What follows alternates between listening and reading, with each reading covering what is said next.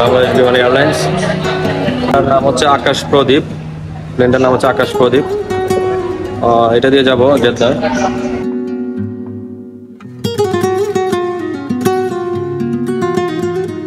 একটু পরে যে উদ্দেশ্যে রওনা দিবে।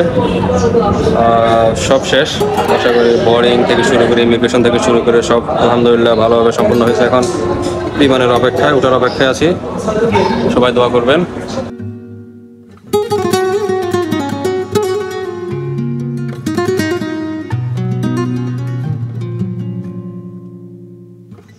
প্লেনের ভিতরে দেখা হবে।